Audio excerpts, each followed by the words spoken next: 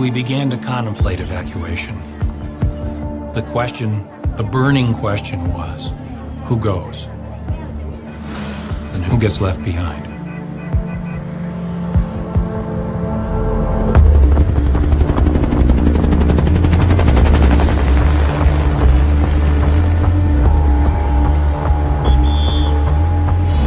I borrowed a truck, and I basically sent the signal to my folks.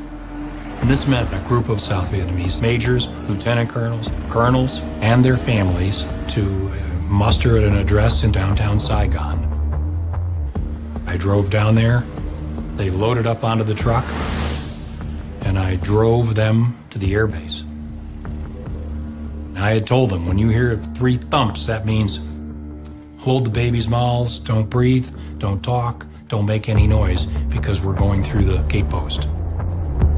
I saluted in uniform as a captain of the United States Army. The guard waved me through, and I drove straight out to the flight line to an aircraft that was awaiting. One Vietnamese colonel who was putting his family on the plane, he had wanted to stay in Vietnam to defend the country. And this full colonel had like 8 kids and a wife. And he was in tears. The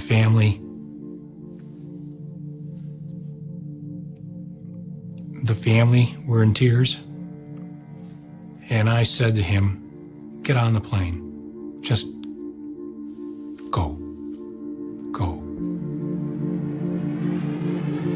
It was a terrible, terrible, terrible moral dilemma for everybody.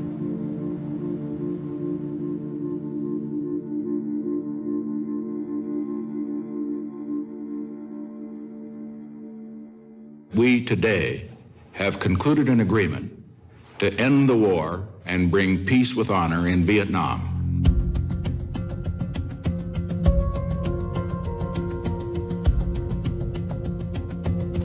We have adopted a plan for the complete withdrawal of all U.S. combat ground forces.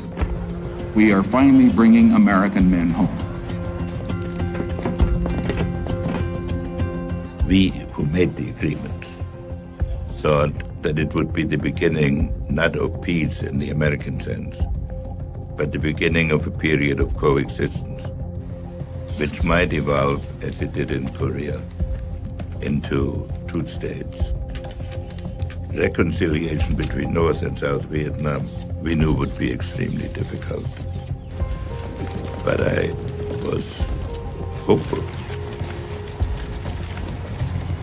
Because of the Paris Agreement, American soldiers were going home. But I was on my way back to Vietnam.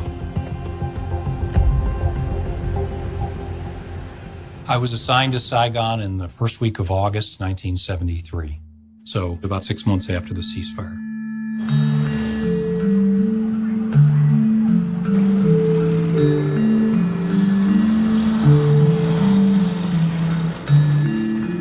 I would say that between the State Department people and CIA people, the contractors who were there to maintain infrastructure, maintain aircraft, as well as people like me, we had 5,000 to 7,000 Americans in country. A lot of the guys had Vietnamese girlfriends and wives, in many cases with children. In general, things were eerily calm and in many ways normal in Saigon. My sense was that we were going to be there, pretty much for a long time to come. I was assigned to the American Embassy in Saigon. I was in charge of the 84 Marine security guards that were there, making sure that they kept up with their physical fitness training. We were there to protect American lives as well as American property. It was just day-to-day job. The ambassador there was a guy named Graham Martin, a North Carolinian, just as I was. He spoke with a slow Southern drawl. He was a great gentleman. He was a cold warrior in the old stripe. He'd lost an adopted son in Vietnam to combat. And he was not going to give up South Vietnam to the communists. He was determined to keep U.S. aid flowing into Saigon.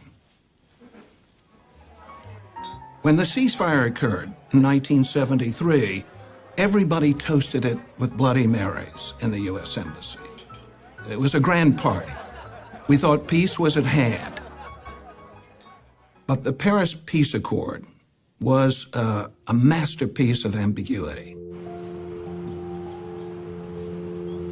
In order to get President Thieu and the South Vietnamese to go along with the Paris Agreement, President Nixon pulled out all of the stops. And in a letter to President Thieu, he promised that if the North Vietnamese were to substantially violate the terms of the Paris Agreement, the United States would respond with full force. In other words, re-enter the war. The North Vietnamese viewed Nixon as a madman. They were terrified of him. They believed that Nixon, if necessary, would bring back American air power. But in August 1974, he was gone. Nixon resigned because of Watergate. And overnight, everything changed. Hanoi suddenly saw the road to Saigon as being open.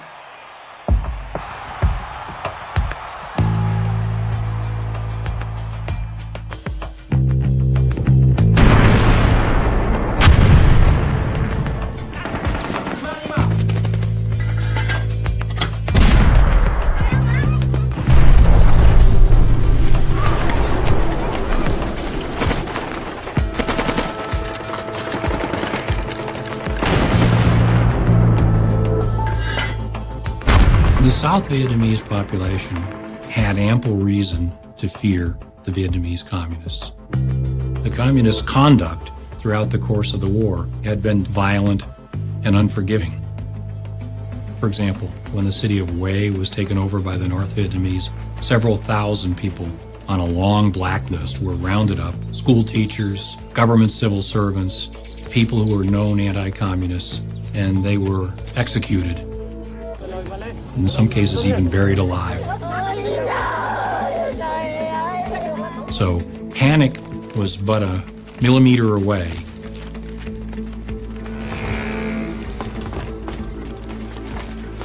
Hundreds of thousands of refugees are in a blind rush to flee even further from the rapidly advancing communists. Bruce Dunning reports. President Thieu broadcast a strong appeal to the soldiers and the people of Da Nang, urging them to stay and fight. Và ngay cả vị tướng chỉ huy đó cũng không biết rõ ý định của ông Tổng thống Thiệu ra làm sao nữa. Và ngày hôm nay thì tin được lệnh là phải giữ Đà Nẵng. Ngày mai đã nhận được lệnh rằng bỏ.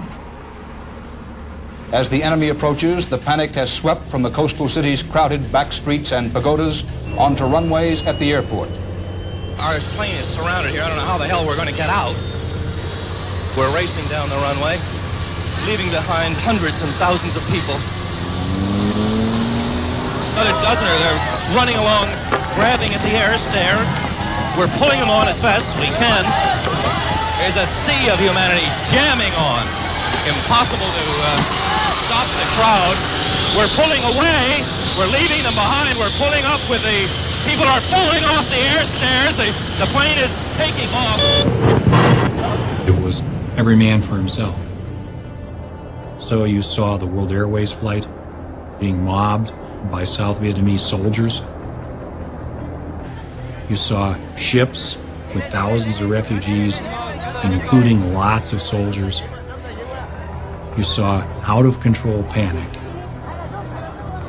Basically, any boats, trucks, airplanes, or anything going south were besieged by people wanting to get on board.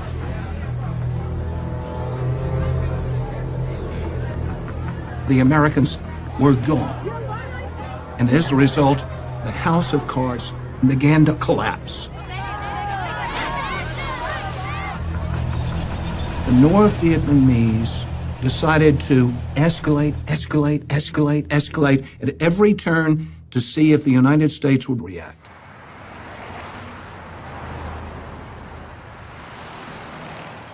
In April of '75, I was with President Gerald Ford, and we were flying across the country on Air Force One when one of the airplane's crew comes and hands me a note, and it says, "Da Nang has fallen."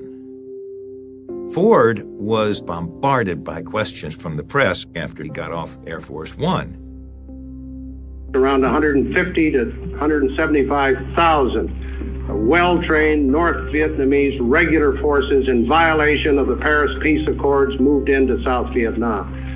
We have objected to that violation. It's a tragedy unbelievable in its ramifications. We are now in a crisis. We had a wave of humanity, 500,000 refugees rolling south towards Saigon. And 160,000 North Vietnamese troops moving right behind them.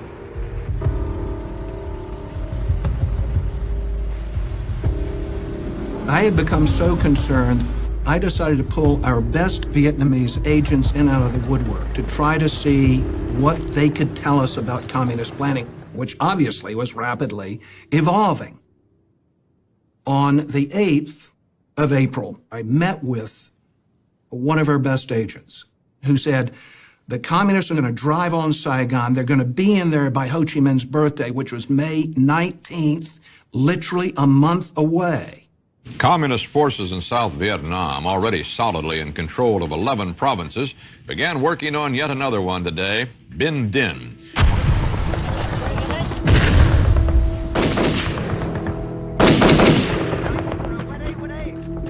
Ở phía hải quân chúng tôi thì cũng không ai dám nói một lời nào về một cái chương trình gì xa xôi nữa, mà chỉ cố gắng bằng mọi sức bị chết. Và các cái dụng cụ không được thay thế. Nhiều các cái trại y tế dã chiến của chúng tôi phải dùng lại những cái bom băng. Thì đó là một cái trở ngại. Đánh tới đâu? Còn đánh được không? Hoặc là còn sức đánh không? I kept a map every day on the progress of the North Vietnamese onslaught.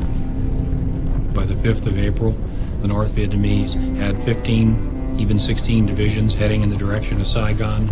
They were bringing SA-2 missiles down to provide anti-aircraft cover for their forces. There were people who were saying, look, we've got to do some heavy planning here, because depending on how this goes, and it doesn't look good now, we may all have to evacuate. And Ambassador Martin wouldn't tolerate or countenance such thought. That was defeatism. That was poisonous to the prospects of the people we're here to help. But people could see what was going on, and they started leaving, especially the Americans. I'm leaving Vietnam. Why? I'm kind of scared, to be honest with you. Perfectly honest with you, I'm really scared. I think the situation's a lot worse than we know about.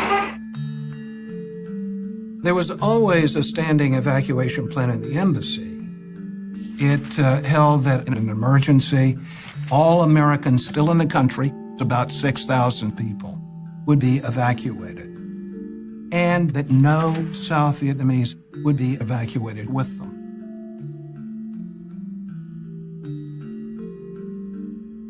I was a student. The school is not closing, but it seemed like nobody interested in school anymore. You can't stay here. You can't live with the communists. Especially if you have a connection with the Americans, then you really got to get out. If we really made up a list of endangered South Vietnamese, the ones who really worked closely with us during the war, this number could be 150, 200,000, including their families, many more than that. But the idea of talking about an evacuation and of planning for an evacuation of Americans let alone an evacuation of Vietnamese, was still anathema in the embassy. If you mean that South Vietnam is on the imminent verge of collapse, I think the answer is quite definitely no. I mean, we were dealing with an ambassador who was just convinced that somehow he was going to be able to pull this out and that there wouldn't have to be an evacuation and therefore there wouldn't have to be a concern about evacuating South Vietnamese. The situation in South Vietnam has reached a critical phase, requiring immediate and positive decisions by this government. There are tens of thousands of South Vietnamese employees of the United States government, of news agencies, of contractors and businesses for many years, whose lives, with their dependents, are in very grave peril. I am therefore asking the Congress to appropriate without delay $722 million for emergency military assistance for South Vietnam. If the very worst were to happen, at least allow the orderly evacuation of Americans and endangered South Vietnamese to places of safety. There was no way in 1975 that the Congress was going to vote any money to go to the aid of South Vietnam. We had pulled out our troops in 1973, and public opinion at that point shifted. The people of the United States, having seen Watergate, having seen the deception of the generals, weren't about to give any help in Southeast Asia. And, Kissinger knew this. We knew we were not going to get the 722 million. By that time, it made no big difference. But President Ford said he owed it to Vietnam to make a request. We've sent, so to speak, battleship after battleship, and bomber after bomber, and 500,000 and more men, and billions and billions of dollars. If billions and billions didn't do at a time when we had all our men there, how can 722 million save the day? This is the way my map looked mid-April. The North Vietnamese just rolled down the coast. Saigon was clearly threatened. The situation was urgent. Urgent understates it. At this time, Ambassador Martin had been back in Washington, trying to persuade Congress to vote additional aid. He has no statement today. He came back to Saigon, and my boss, the CIA station chief, said, "Go down and tell the old man what's happening." I went in and I said, "Mr. Ambassador, half of the South Vietnamese army has disintegrated. We're in grave trouble. Please, sir, plan for an evacuation. At least allow us to begin putting together lists of South Vietnamese we should rescue." And he said, "No, Frank, it's not so bleak, and I won't have this negative talk." Young officers in the embassy began to mobilize a black operation, meaning a makeshift underground railway evacuation using outgoing cargo aircraft that would be totally below the radar of the ambassador. People like myself and others took the bull by the horns and organized an evacuation. In my case, that meant friends of mine who were senior officers in the South Vietnamese military. As the North Vietnamese came closer and closer to Saigon, these people were dead men walking. I had arranged a signal with my intelligence community friends that if I said I'm having a barbecue, that meant come to a certain pre-designated place and bring your families and only bring one suitcase because we're going to have a party, but it was understood the party meant I was going to get them out. Black ops were essentially violating the rules. In this case, meaning you're not allowed to bring out Vietnamese military people who were under obligation to stand and fight. We were fully expecting if we got caught doing this that we would be run out of country. End of career, do not pass, go. But sometimes there's an issue not of legal and illegal, but right or wrong. The deputy defense attaché moved out Vietnamese personnel and their families to Clark Air Base in the Philippines without any approval whatsoever, without any immigration papers, anything, passports, you name it. And when they began showing up in the Philippines, Martin hit the roof and fired him. But that didn't stop other State Department people who had Vietnamese friends and family members. They continued to organize these makeshift airlifts.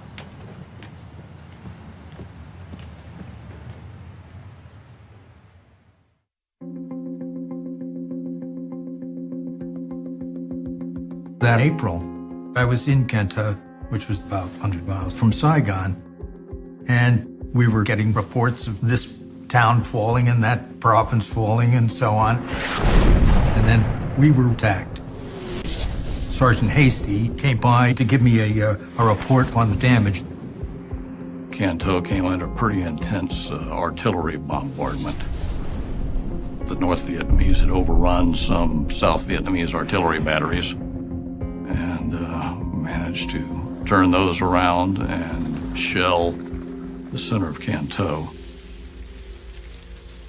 We knew that the situation was bad. We could see that the South Vietnamese army was eroding. Supplies had been cut off, and you could see the armaments dwindling. We were, under the terms of the Paris Agreement, committed to resupplying the South Vietnamese. They lacked simple things like barbed wire and bags for sandbags. They were rationing their artillery shells because they were running out. The military support, the material support, was not coming. When President Ford went before the Congress, he had two major concerns.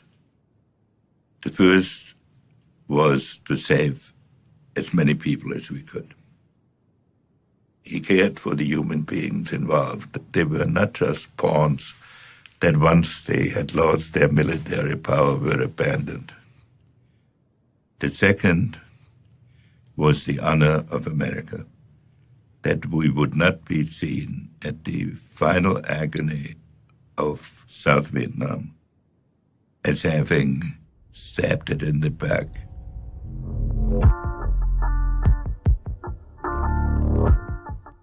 Congress wouldn't pass it. They said no more, no more troops, no more money, no more aid to the Vietnamese.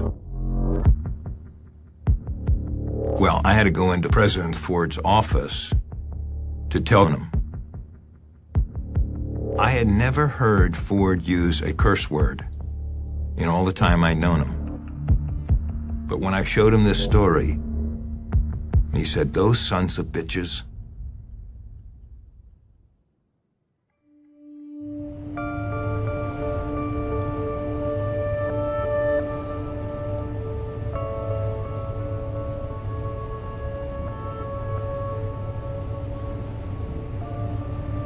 I think there were a total of 50 ships that were there. I mean, it wasn't just us. It was a whole bunch of ships. We were standing by for the evacuation of Americans. I was a terrible letter writer. I would write one letter for my wife's 10 letters, and she didn't like that. So she said, "We're going to exchange tapes." So I would run into my stateroom, turn the tape recorder on for a couple minutes, and tell her what's happening. I really don't know where to start. It's been such an unusual couple days for us.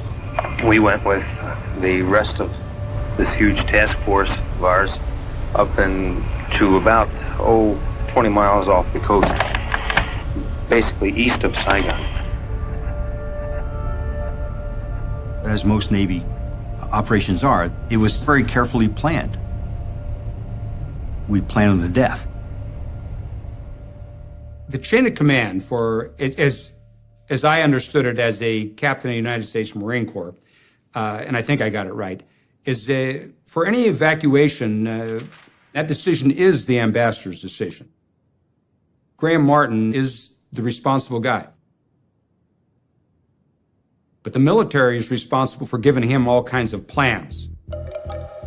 And this is how we got into the 4 options. The first option was you would take commercial ships right up the Saigon River to a couple blocks from the embassy. You would load whoever you wanted to bring out on these ships, and you'd be done with it. The second option was, United and Continental and Flying Tiger Airlines were still using Tonsanut Air Force Base at the time, and you could have brought anybody you wanted out by commercial aviation. The third option was military fixed-wing aviation. The C-5As, the C-141s, which carry a lot of people, you could have brought them out of Tonsanut on those. The very last option was helicopters off the carriers into Tonsanut Air Force Base. We had 75 Marine Corps helicopters out there. The helicopter option, that was absolutely the last resort. They don't go very fast, they don't carry that many people. That was if everything else failed.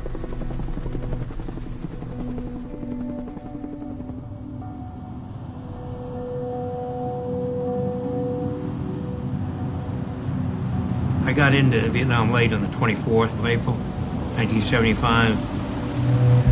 Saigon was full of rumor, of false stories, whether we were going to have a last attempt to draw a line across the country, and Saigon in the south would remain a free republic, all of these things, and it was all churning all around. The fighting was close to Saigon, but hadn't shown up in the streets of Saigon. I served as a naval officer and 3.5 tours in Vietnam, 2 of those years as a Special Forces advisor with a 20-boat river division, all Vietnamese. I could tell jokes and hear jokes in Vietnamese, and once you start off like that, you eventually end up being able to dream in Vietnamese. In 1975, my mission was to remove or destroy as many ships, swift boats, anything that I considered to be a benefit to the enemy. I met with Captain Do Kim, who was the operations officer of the Vietnamese Navy. Ông ta nói rằng tình hình thì tuyệt vọng rồi. Bây giờ ông phải giúp tôi để làm một cái kế hoạch đưa các chiến hạm của Hoa Kỳ ra khỏi cái tầm tay của Cộng sản. The plan was to sail all the large ships of the South Vietnamese Navy down the Saigon River to the sea and rendezvous at Con Son Island. We had to keep this secret. If we were to get out, it would have had an effect on the morale of the people in the street.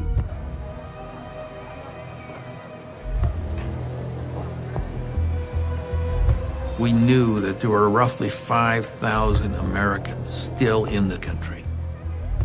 Many of them had Vietnamese wives, mistresses, whatever, just hadn't left. And they were basically letting us know we're not leaving without our families. Finally, we were given authority by the ambassador to bypass the immigration laws and send these Vietnamese out of the country. So then we started an operation basically to get out the Americans and their Vietnamese dependents.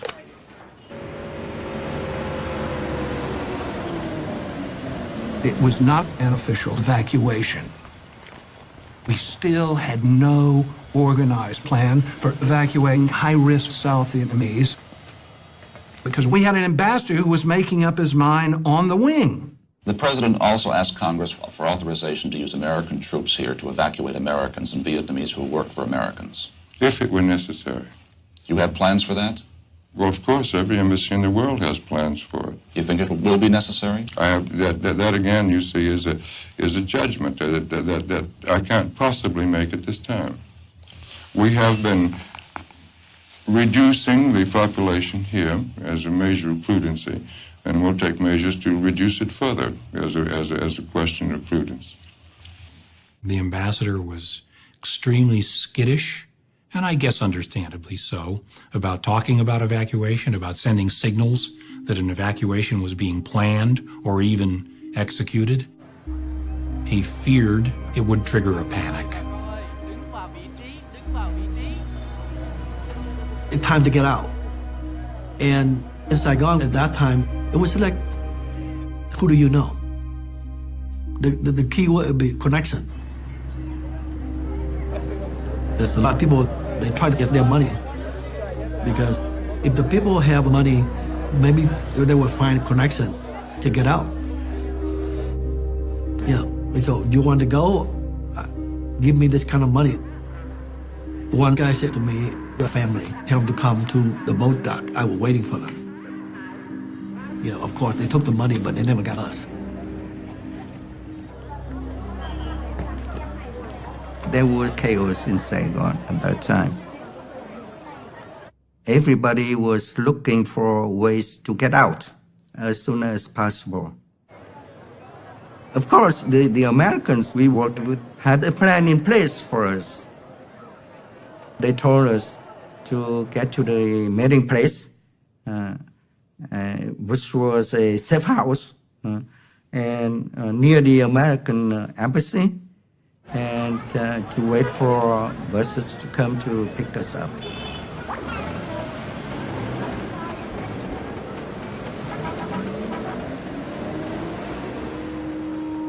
If we were going to get people out, we were going to have to make it happen and deliver the Vietnamese to the big airplanes in some form or fashion. And the only way we could do that was keeping the airport open as long as we could.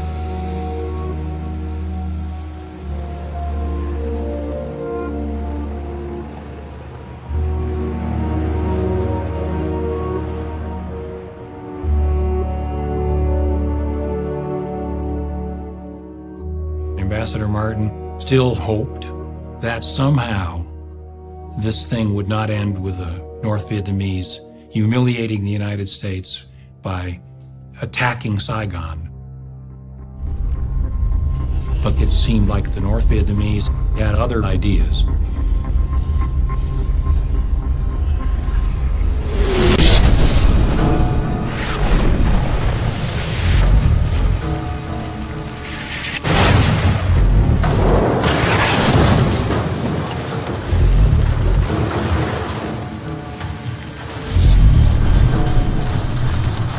What may be the final battle of Saigon has begun.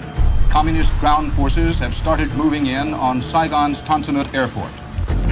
Rockets exploded all over the base, touching off 3 major fires. The air base was under continuous artillery fire. I felt the rounds. They were so close.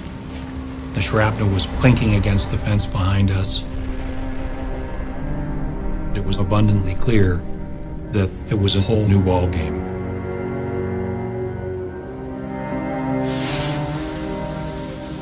We never expected any trouble out there. And then, of course, fear a little bit set in, because now we knew that it really meant business, Were they going to continue shelling Tan Son Nhut?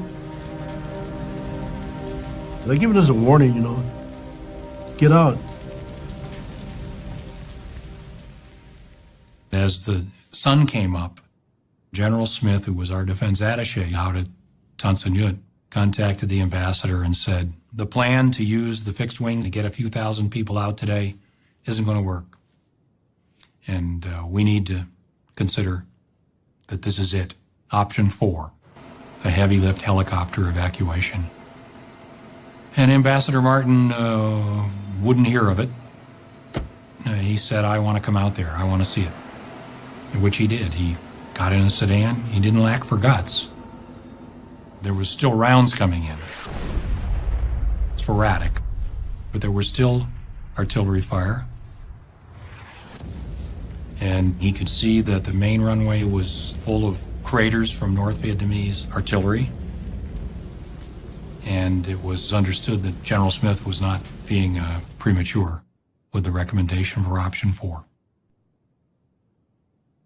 Ambassador Martin's concern very clearly, up to now, was that once we start an official evacuation, it's pretty obvious that the game is over.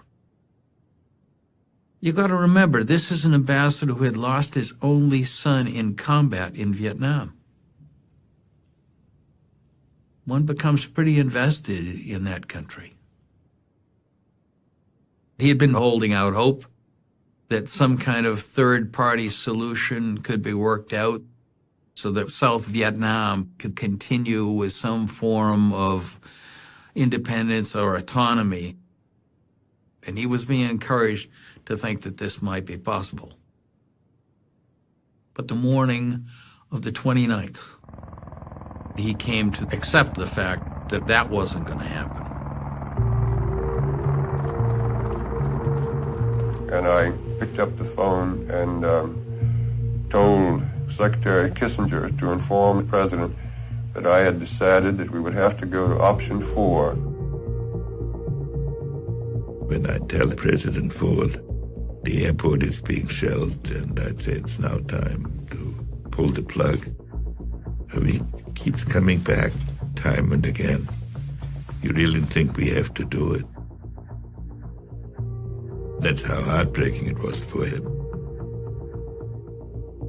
He finally, reluctantly, gave the go-ahead for the final evacuation. This is the American Forces Vietnam Network. The prearranged signal for the evacuation was broadcast on American radio in Saigon. The message was the temperature is 105 and rising, and then Bing Crosby's White Christmas.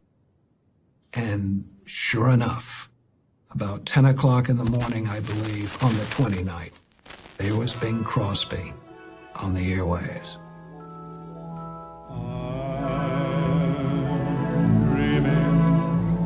Of a white Christmas,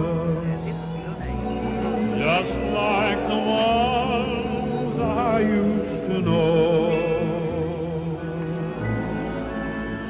where the treetops glisten and children listen to hear sleigh bells in the snow. That morning, Ambassador Martin received a message that said, within 24 hours, the U.S. presence in Vietnam had to be closed out, meaning we had to be gone. It was obvious that there was the need for a hasty plan to be developed for a helicopter airlift out of the embassy to the fleet. And we had less than 24 hours to pull it off. That morning, there must have been, I would guess, at least 10,000 people literally ringing the embassy. The embassy compound was the size of a city block. It was big. And all sides of it were filled 200-300 feet back. Fortunately, people were by and large very controlled. They were very patient. They were just hoping desperately to get in. It's like the whole Saigon want to get inside the American embassy. So you have to know somebody, you know. Just like me, I find my friend and got this little paper to assure us to get in. So several of us went to the embassy. And my friend, he sold the paper to the guard, and he just kind of pointing it to each one of us, and we, one by one, to go inside the embassy. When I first got in, I feel so good. I in America, I almost there. They have a courtyard and a swimming pool, and we mostly gather around the swimming pool. and 1,000 people there. And they just keep coming in. That morning, CIA choppers began picking up evacuees off the roofs of buildings around the city and bringing them to the embassy. There was an old pilot named Obie Harnage. He was blind in one eye and lame in one leg. And I said, Harnage, we got people at 6 Chalong. You got to go pick them up. It was the deputy CIA station chief's apartment building. There were a number of very high-risk Vietnamese, including the defense minister of South Vietnam, all waiting to be rescued. As they climbed up the ladder to the roof, a photographer took that famous photograph. Many people thought that was the U.S. Embassy. It wasn't. But it indicated to what extent chaos had descended on this entire operation.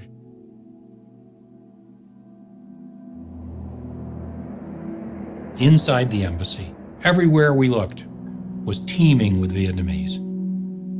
We counted them, and the total number was about 2,800. There was no hiding it that somehow people had to have let these people into the embassy. Was it, Marine security guards who kind of looked the other way? Was it American employees in the embassy who were doing kind of what we did with black ops and taking care of their own? We never got to the bottom of that. And frankly, we never pursued it. One of my Marines said to me, we should take out the tailor. There was a tailor who made all our civilian clothes. So I said, why don't we take out the cook too? He said, well, you should take out the cook too, and all the other cooks. They should get out. They had business with Americans. So they took the bread truck and they rounded up the tailor, the cooks and the dishwashers, a few others, and their families, and drove them into the embassy compound.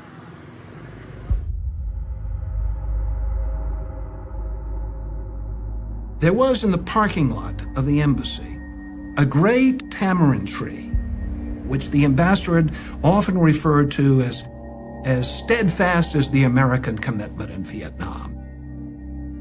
The CIA station chief that last morning said, Mr. Ambassador, we have to cut this tree down.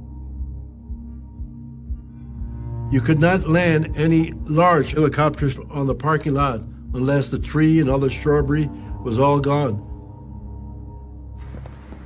The ambassador had resisted us cutting that tree because he did not want anybody to be alerted that we were doing any sort of evacuation or were going to do any sort of evacuation.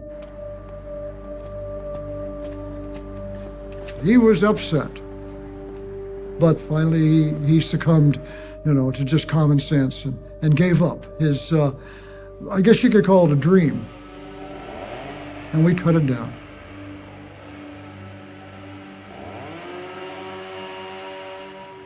He had also, over the past few days, prevented us from burning classified documents for fear that it would panic the South Vietnamese. So that morning of the 29th, we had thousands of pages of classified documents we had failed to destroy beforehand. Our next job was just looking at that classified document idea and getting rid of that. So we went to every office and told them to start pulling stuff, and piles of paper began coming out. And we began shredding.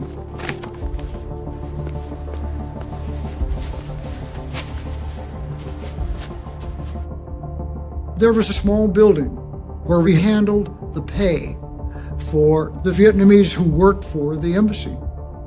And in this building, there was over $1 million in U.S. currency. So we had to send a message to the Navy, who sent it to the Treasury Department, who came back and said, destroy it. So I assigned a few Marines to get rid of the money. And I said, oh, by the way, we're going to lock you in there. It took him 8 hours to burn $1 million. That morning, Fear and desperation were the order of the day. But I had a job to do. It was an important job to do, I thought, to deny the enemy the South Vietnamese naval ships. Thì ông nói rằng, Đại tá Kiểm, chậm lắm rồi, ông phải ra đi ngay.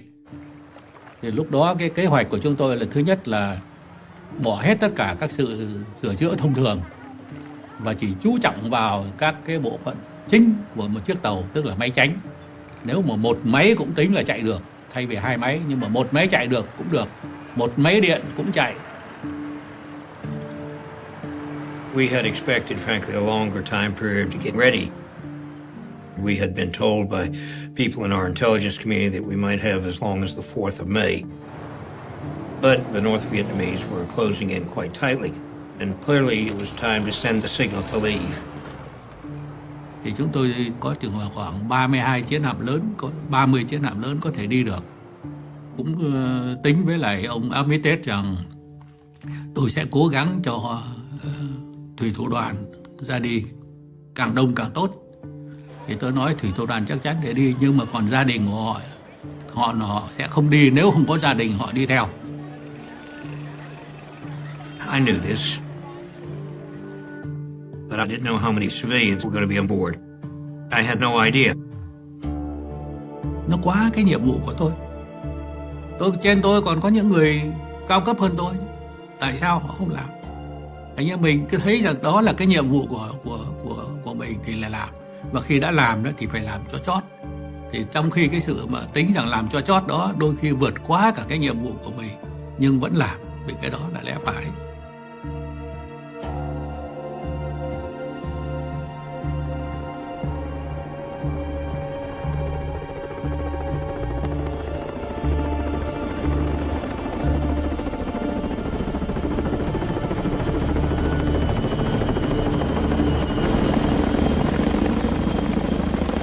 I was the first one into the embassy, and my only mission at this time, this is early in the afternoon, was to bring the ambassador out. It was actually a mission, it was called Embassy Snatch. I was just supposed to get the ambassador. I land and I said to the people, I said, I'm here to get the ambassador. And said, well, not quite. The ambassador refused to leave until he could get as many Vietnamese on as many choppers as possible. The evacuation of Vietnamese happened because Graham Martin wanted it to happen.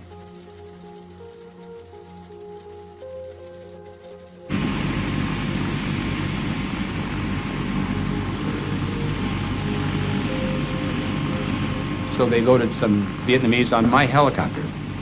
And because I'm supposed to have the ambassador on board, we go right to the command ship, the USS Blue Ridge. We land on the Blue Ridge. General Carey comes out, wants to know where the ambassador is. He said, well, he didn't get on. I mean, I don't know who I'm supposed to tell, but I told everybody I was supposed to get the ambassador, but the ambassador didn't get on. So that starts the lift. Like I say, we had 75 Marine Corps helicopters. You and your wingman would fly into the embassy, get your passengers loaded, and fly back out to the ships.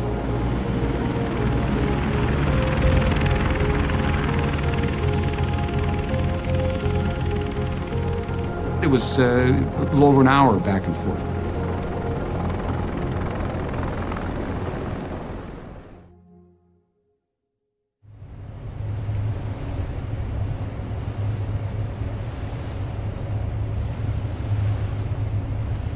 On the USS Kirk, our mission was to protect the helicopters moving from the embassy out to the aircraft carriers and back and forth.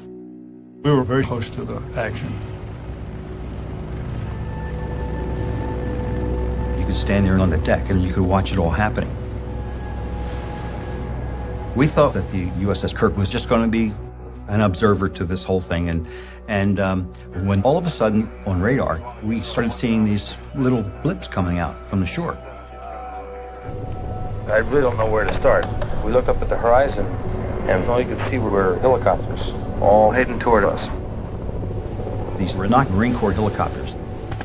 They were small helicopters, the little Hueys, which were never part of the evacuation plan. but they were flying over top of us. We were watching them fly over top, over and over and over again. We viewed him as enemy until we could verify who it was. Then we realized that these were South Vietnamese trying to escape. I figured if we could save one, at least we save 15, 20 people. They were packed in there like sardines. So I made a decision, land the helicopter. One of our sailors could speak rudimentary Vietnamese, so we put him on the radio, and he started broadcasting. This is ship 1087, land here. So we got his attention, he came flying over, he landed on our flight deck. And it turned out that the pilot, he was the pilot for the deputy chairman of the Joint Chiefs of Staff, real high up. And he had the general with him. It was a two-star general. And the two-star general's nephew, 3 women, about 4 children. It was a big deal for us. When it landed, we got everything off, and I looked up because there were 5, 6, 7 stacked up ready to land. Turned out all throughout the southern part of Vietnam, there were South Vietnamese Army and Air Force installations with 1 or 2 or 3 or 4 helicopters. And those helicopters were flyable, their pilots were there, and when they realized that the evacuation was happening and they weren't going to be part of it, they said, oh yeah, we are. These young Vietnamese pilots would go to their homes, land right in their front yards, pick up their families and anybody else and head out to sea, hoping they can rendezvous with the ship. Well, we're one of the first ships they saw.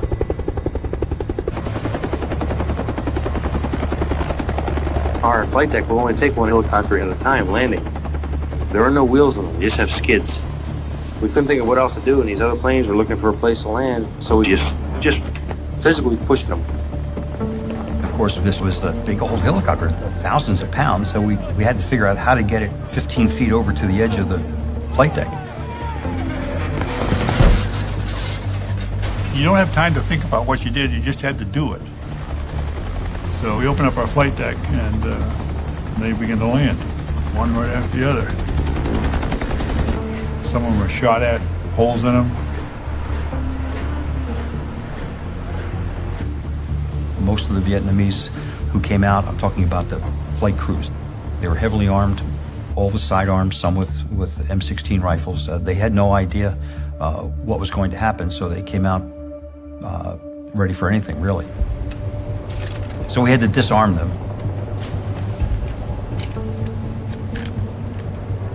None of them had ever landed on a ship before. They were Vietnamese Air Force. Everybody had a gun. They took all the guns away from them.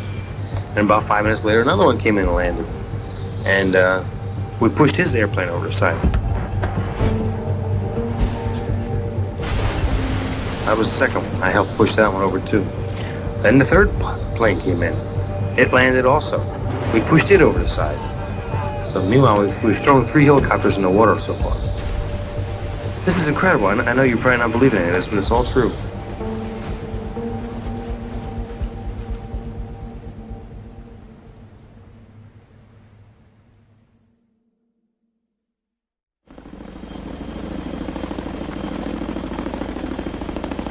By late afternoon, the chopper flow at the embassy really started. And each time a bird came in, here would go another 40, 50 people. But did the right mix of people get out? You know, who says that these were the people who either deserved or should have gone out? At the embassy, a lot of the people who got out happened to be good wall jumpers. The choppers started coming in at 10-minute intervals. One would land on the roof, and one would land on the parking lot. They would put all the Vietnamese in groups, they would search them, and if they had any weapons, all these weapons were thrown into the swimming pool. And as soon as the chopper would land, they would be brought into the restricted area, where a couple of the Marines would escort them into the aircraft. Then the race would ramp up and take off.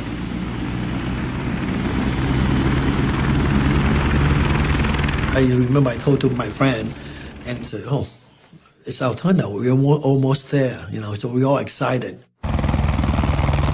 And I remember very distinctively that every time a helicopter coming down, it just blew us away. We had to kind of duck down to fight with the wind of the chopper.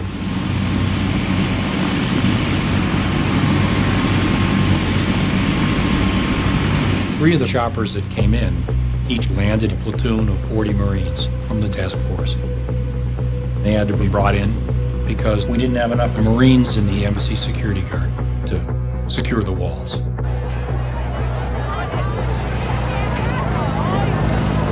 I went with my wife to the embassy. A lot of people, they clinched to the top of the wall, but they couldn't get in.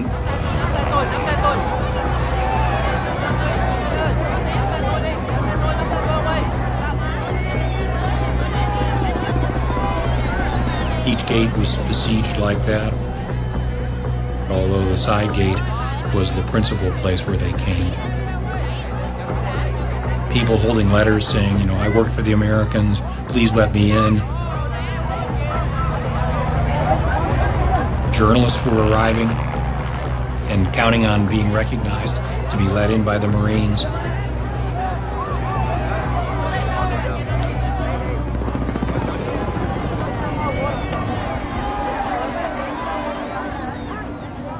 There was a sea of people wanting to get out by helicopters.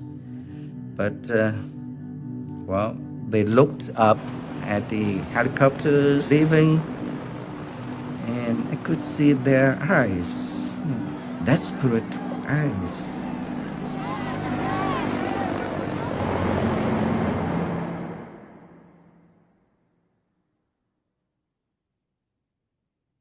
My dad flew a Chinook helicopter in the South Vietnamese Air Force. He had been waiting for orders, but his captain had, basically just left. So he and some other pilots picked out the best Chinooks and took off.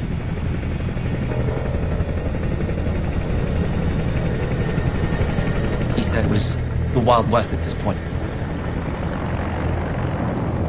Just you and your horse, and you just do what you had to do to survive and take care of your family. He had given my mom a heads up that if she did hear a Chinook coming, to get ready. I was 6.5 years old. I can still hear the rumbling, very, familiar rumbling of a Chinook.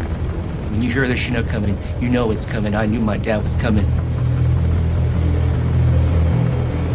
In Saigon during my childhood was like, say, living in the middle of busy LA. So there's really not a big area to land the Chinook. So he came in and landed in a playfield. Caused a lot of wind, caused a lot of commotion. My mom grabbed my little sister, who was about 6 months at that time, and I have a little brother who was about 3 or 4 years old, myself. We quickly ran into the Chinook, and we all flew off out into the Pacific Ocean. My dad was afraid for not having enough fuel, afraid for a lot of things. He was just flying blind. And then he saw a ship out there. In the middle of the day, after we had taken those first helicopters aboard, this huge helicopter called a Chinook, they came out and tried to land on the ship. And the thing almost crashed on board our ship. This big Chinook showed up. There's no way he can land on Kirk without impacting the ship. He would have killed everybody on the helicopter plus my crew. It was way too big to land. We thought that the helicopter would just fly away. But as the ship was moving forward, probably 4, 5, 6 knots, something like that, the pilot communicated that he was running low on fuel. He opened up the port side of the helicopter and he hovered across the stern of the Kirk. Then all of a sudden, here comes a human. One by one, we jump out. I jumped out, my brother jumped out. My mom was holding my sister, obviously very scared. And she just, just trustingly, just with one hand, with her right hand, holding on with her left to brace herself, just dropped my baby sister. One fella standing there, and he said he looked up and he saw this big bundle of stuff come flying out, and it was a baby. It was the 1-year-old baby. And then the mother jumped out and he caught her too. Then the pilot flew out on our starboard right side. He hovered with his wheels in and out of the water. He hovered there for like 10 minutes. And we couldn't figure out what he was doing. It turned out what he was doing was taking his flight suit off. Here's a man flying a twin-rotor helicopter by himself. At the same time, he's taking off a flight suit. How you do it, I've talked to helicopter pilots and they can't figure out how he did that. How like a Houdini trying to get out of this thing. And finally, he made the helicopter roll to the right as he stepped out the door on the left.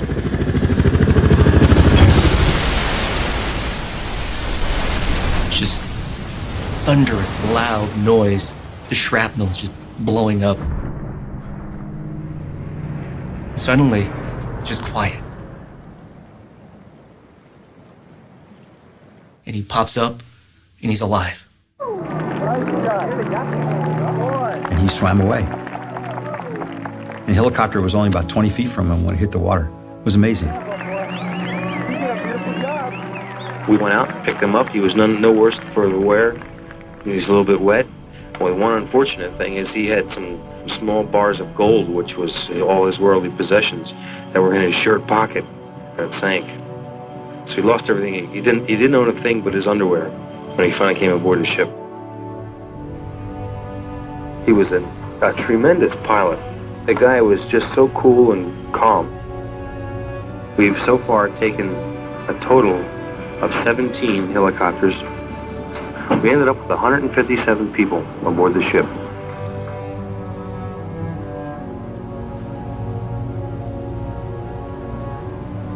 That crew was very special. They took their money, went to the Navy Exchange and Commissary, bought all the clothes, the food they could get, took it up and gave it to the refugees they befriended. They were unbelievable. We laid mats and all kinds of blankets and stuff out on the deck for their babies, and there were infants and children and women, and it was a scene I'll never forget. We were happy. My mom was just, wow. Symbolically, it was like, the first step onto not American soil, but American freedom.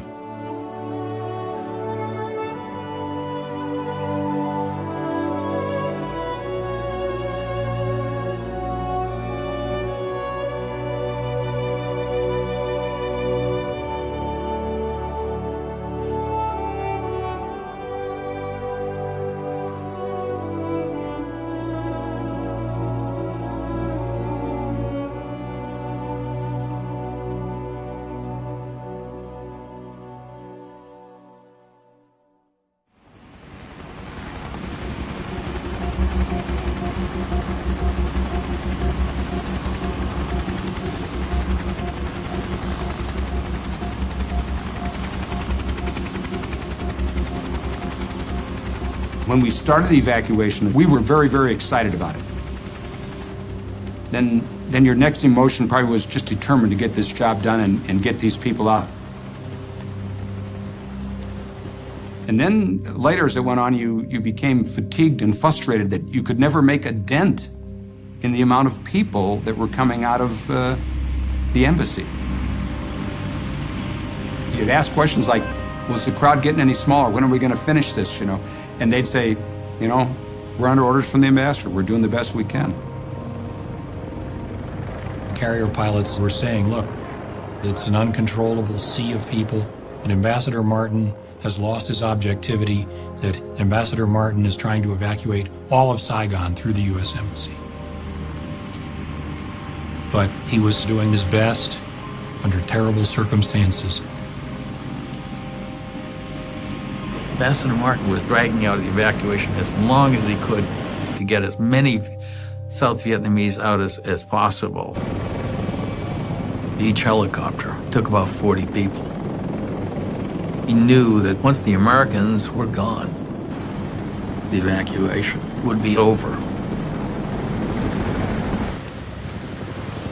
So they just put 1 or 2 Americans on each one.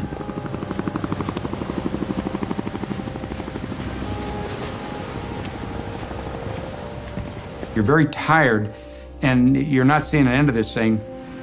So I got the word out, you know, we could use some help out here. We only have 75 helicopters. And the word comes back, no, Marine pilots don't get tired.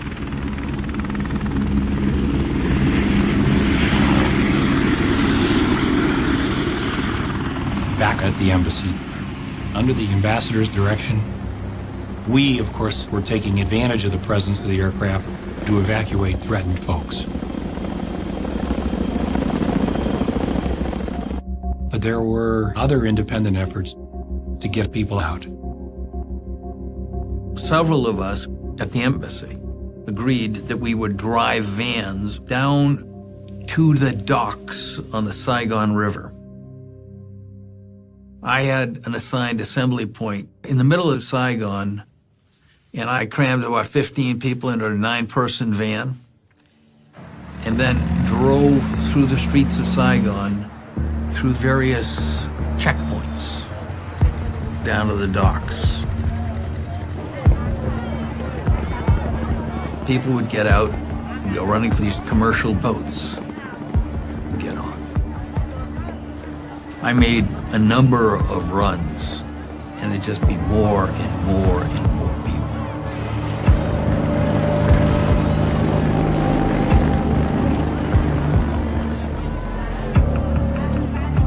Finally, as the sun was going down, we were running out of light, a man came up to me. I turned to him and said, "This is my last load. I can't take any more." I said, "Well, get your family." And he said, "Can't do it. My family's too big. My family's too big." And he just shook my hand and said, "Thanks for trying," and walked away. So I came back to the embassy and parked the van. It was already getting well into twilight. Got my way through the crowd. It was a big crowd. I had nothing more I could do. So I went to get on the helicopter, and Ambassador Martin pulled me out of line. He said, "I know what you've been doing. I know you've been out there. We've been talking. I want to thank you." I thought it was a kind gesture. By that time, it was definitely dark. The lights of the helicopter inside radiated very clearly. I sat down, looked around. I was one of maybe 2 or 3 Americans. The rest were all Vietnamese. And we flew out.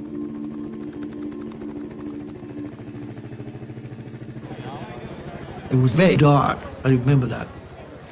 And people started to elbow each other, trying to get in the front line. And that's when the Captain Harrington started speaking to us in Vietnamese. Không ai sẽ bị bỏ lại. Nobody is going to be left behind.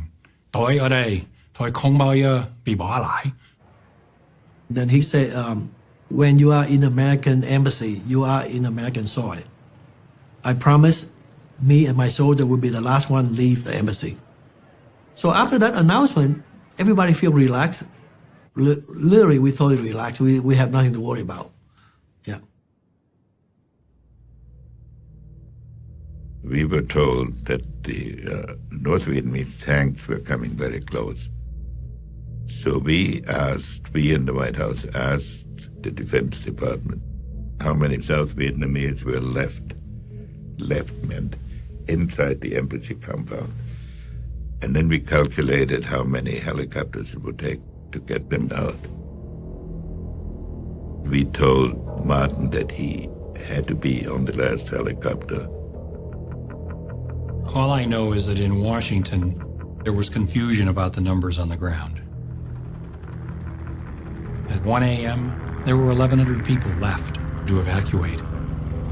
After we'd had a flurry of choppers and cleaned out more than half of them, and there were 420 people left, we received an order from Washington that the lift was over other than the extraction of the remaining Americans. About 4 in the morning, 4:30, I land on the USS Blue Ridge again. So General Kerry comes out and gives me an apple and a cup of coffee or something and says, "We're under orders from the president. You got to get the ambassador out." So we fly in. I land on the roof exactly at 4:50 in the morning. I said, "I'm not leaving until the ambassador's on board." One of the Marines lowered the flag, folded it up, and escorted the ambassador up to the landing zone up on top of the embassy, and he gave him the flag. And that was it. Major Keane came to Colonel Madison and said, "No more, only Americans from this point on." And Madison said, "The hell you say, we've got these people over here."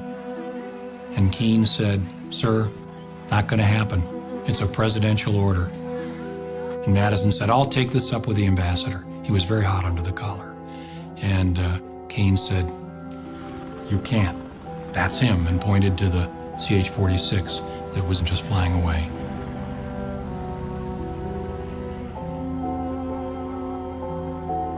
So the ambassador's on board. And out we go.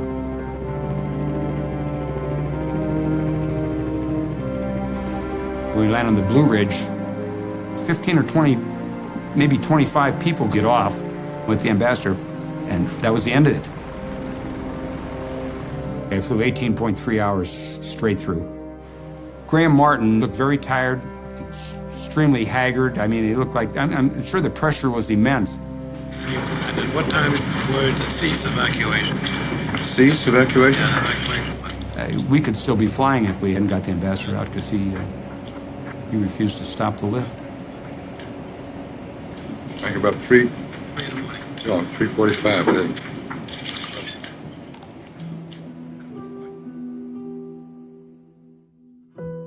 Colonel Madison says to me, "We're screwed.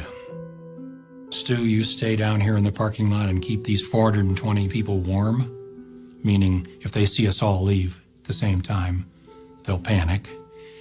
"And then make your way to the roof. We gotta go." And he was very angry and very disappointed. So they disappeared into the embassy, and I went to where the remaining Vietnamese were waiting and told them, "Thôi đừng có lo, không được lo. Trực thăng lớn sắp tới, big helicopters about to come." And waited a few minutes. Then I saw a chopper take off, and I thought, shit, was I supposed to be on that one? So I looked at the Vietnamese and I said, "Xin lỗi, nhưng mà mắt đái đi. I gotta take a leak." And I left into the shadows. I made my way around in a circuitous route and went into the embassy. I thought about how this really, really was wrong. I thought maybe I should just say, "I'm not leaving till they go," because I promised them. And then I said, "Don't be a fool. Maybe they've started shooting down helicopters for all you know. You're not going to get anybody else out. It's a presidential order. This decision has been made." So I got to the roof and a CH-46 alighted on the rooftop. Put its ramp down and we got on board.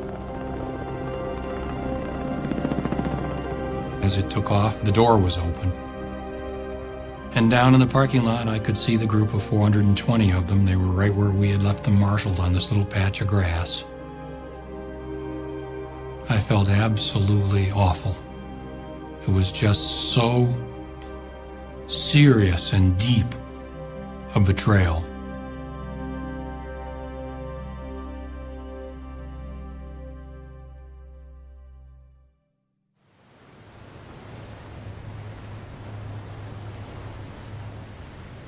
Later that night, I was quite surprised that I get a call, come alongside the flagship, the admiral wants to speak to you. And my first reaction, as any CO, is, what did we do? Not realizing we had been picked for a special mission. We were supposed to pick up this person. He was 30 years old, came aboard, civilian clothes, and the captain was just told to take his direction from this guy. I went aboard the Kirk and met with Captain Paul Jacobs. And the first thing he said to me is, young man, I'm not accustomed to strange civilians coming aboard my ship armed in the middle of the night. I said, Captain, I assure you, neither am I. He smelled like a naval officer, one officer can smell another one. So I looked him up in the Blue Book. He's a graduate of the Naval Academy. So from that point on, we were fine. What do you want to do? And we worked together as a team. We steamed down to Constant Island, and we could see on the radar display that there were a lot of blips. And I remember the dawn breaking, the sun coming up, and seeing what I had seen as a radar display in person. There were dozens of ships, and not just Vietnamese naval ships, but also civilian ships. And they were all totally crammed with people.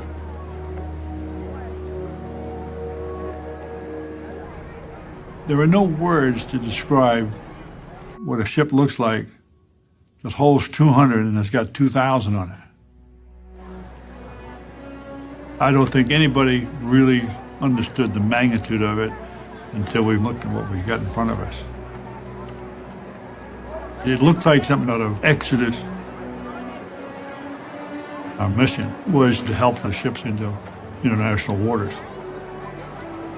But now they had all these people. My reaction is, how the hell are we going to do this?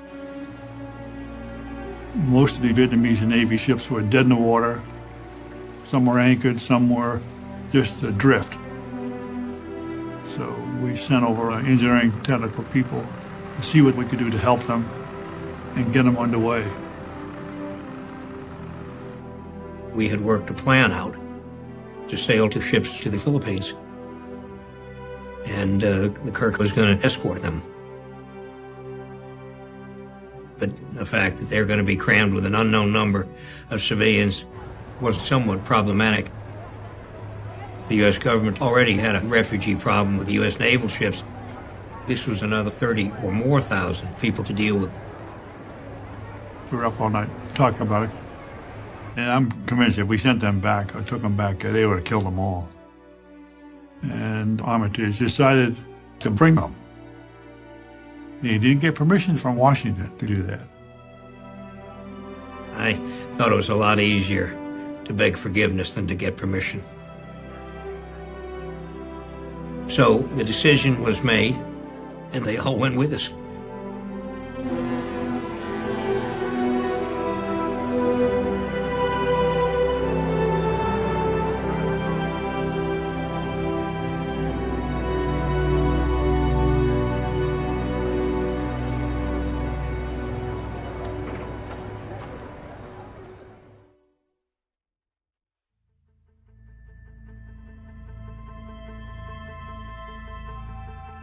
We had finally got out the last of the refugees that we could get out. Now we had to evacuate the Marines. They were all inside the embassy building, except for us.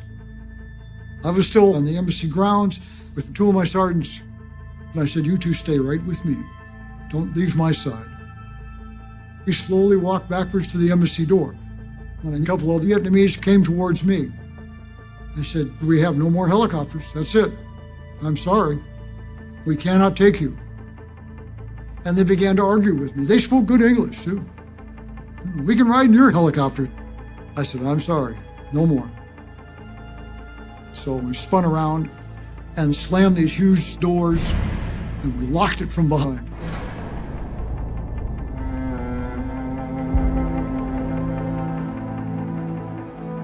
I kind of fall asleep off and on, but what get me woke up is the noise. It's a different noise. So I kind of look up, and the first thing in my sight was I didn't see that soldier there anymore on that wall. There were people throwing blankets or jackets and materials over the barbed wire so they can climb over the wall to come in. It was like, where are all the soldiers? We were going up the stairs, and below me I could hear feet running on the stairway.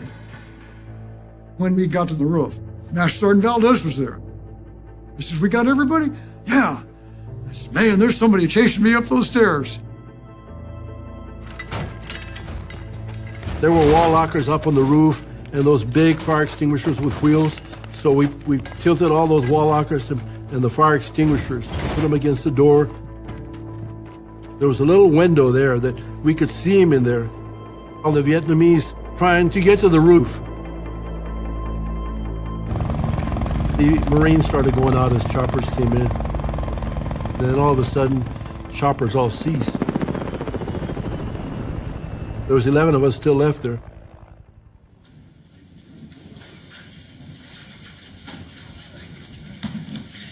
The briefing was delayed until the evacuation was completed, and the last helicopters are now in the air. The President commends the personnel of the armed forces who accomplished it, as well as Ambassador Graham Martin and the staff of his mission, who served so well under difficult conditions. We were told that Martin had left on the last helicopter and that the evacuation had ended. I'm confident that every American who wanted to come out is out. So we held a briefing. Well, it turned out not to be the last helicopter because there was another horrendous screw-up. There were no helicopters. You know, we were just kind of sitting down around, looking at each other, wondering, you know, what's going to happen here, you know, whether they truly had forgotten about us. So I got on my radio and I began saying, U.S. Navy, American Embassy, request extraction immediate. And I repeated this over and over and over.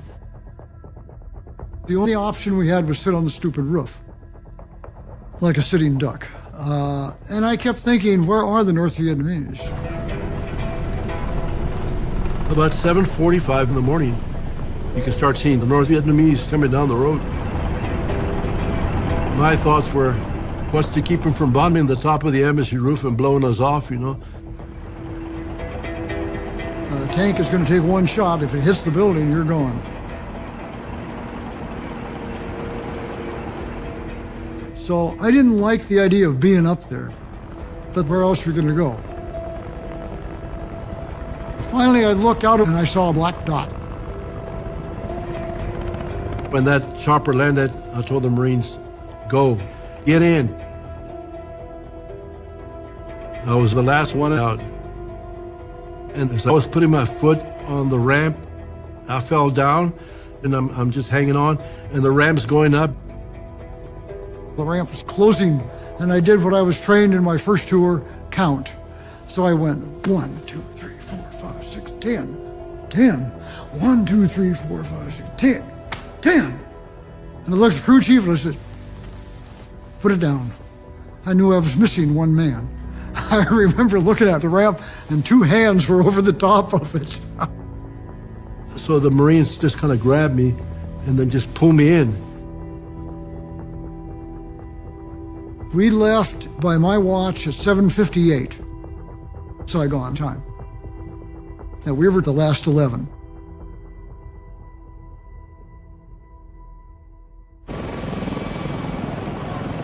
My cameraman Neil Davis and I decided to stay. We saw the last helicopter leave from the roof. We then tried to scramble into the embassy ourselves. Neil got to the roof, I did not, and he saw dozens of Vietnamese just sitting on the helicopter pad on the roof of the embassy, waiting, wanting to get out, and of course no more helicopters were going to come. I didn't join them. I actually scared. If the communists come in, the last thing we want them to see us is an American embassy. So we get out.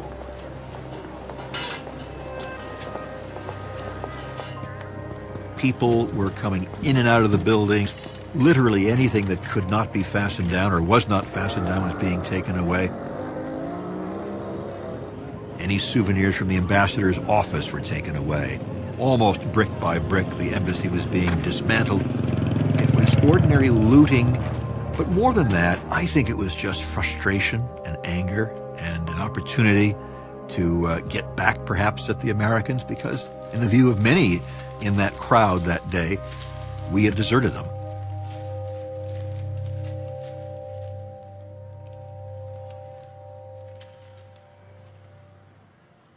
NBC News correspondent Jim Laurie is one of the few Americans still left in Saigon.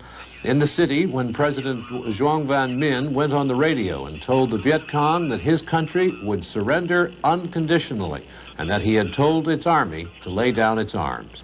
Here from Saigon Radio Hookup is Laurie's report on the surrender. In the words of General Minh, we are here to hand over the power of government to you in order to avoid bloodshed. It is a unilateral ceasefire and an unconditional surrender. The 30-year war in South Vietnam is at last over.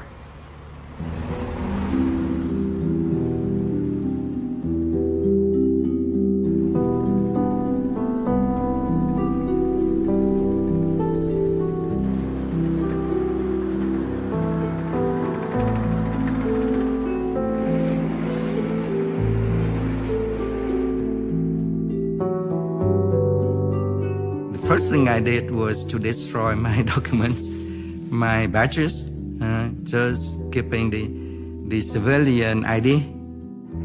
And then I went around Saigon to see what happened.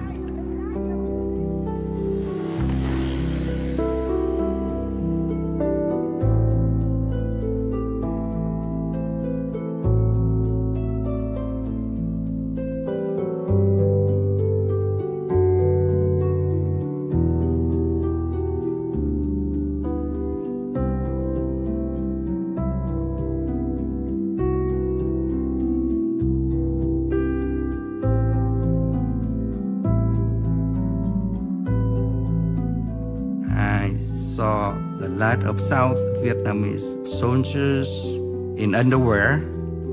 They took off all their military clothes, boots, and they threw them away.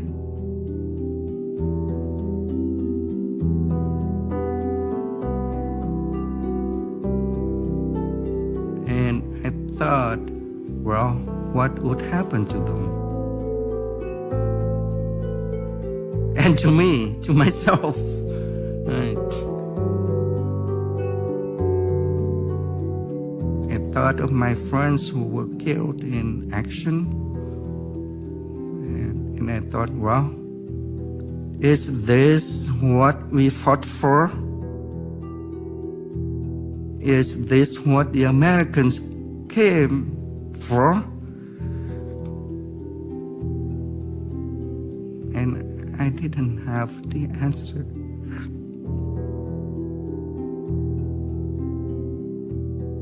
I have wrestled with this ever since.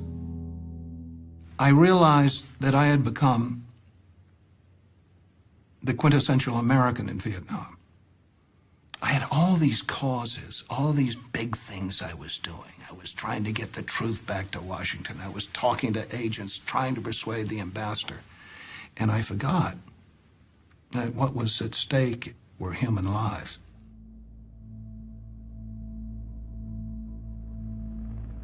For years after that, I hear that sound in my head, that sound like in the middle of the night, I just jump up. I thought the helicopter come pick me up. I call it Dream in the Wind. Later on, we found out the big fleet is out there. You can just take a boat and go there. They take everybody. If you can get out there, you're on board. And I just didn't know that, so.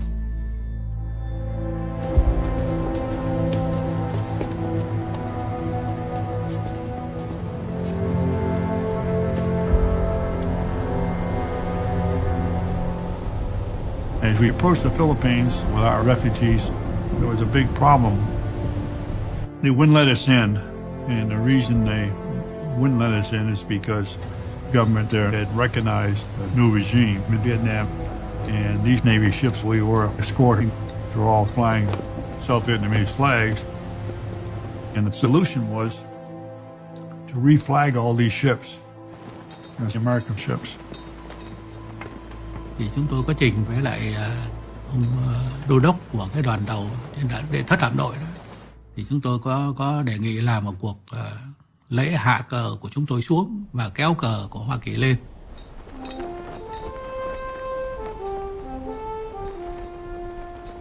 Này công dân ơi, đứng lên đáp lời sông núi, đồng lòng cùng đi hy sinh tiếc gì thân sống. Tôi đã hát không biết bao nhiêu lần hát quốc ca và cũng đã tham dự không biết bao nhiêu lần lễ hạ kỳ. 42 tuổi là những con sói già ngoài biển rồi mà cũng không cầm nổi nước mắt. Thế trùng lại và mới thấy thấm thía rằng lúc này đúng là mình đã mất nước, đã mất hết. They lowered the Vietnamese flag, people crying. It was very emotional for them to lose their country, their flag, their ship.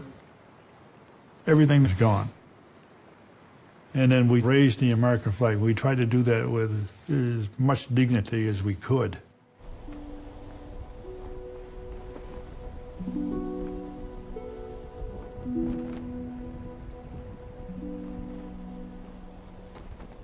There were thousands and thousands of Americans who served in Vietnam who were sitting at home heartbroken at watching this whole thing come to naught. The end of April of 1975 was the whole Vietnam involvement in a microcosm. Promises made in good faith, promises broken. People being hurt because we didn't get our act together. You know, the whole Vietnam War is a story that kind of sounds like that. But on the other hand, sometimes there are moments when good people have to rise to the occasion and do the things that need to be done. And in Saigon, there was no shortage of people like that.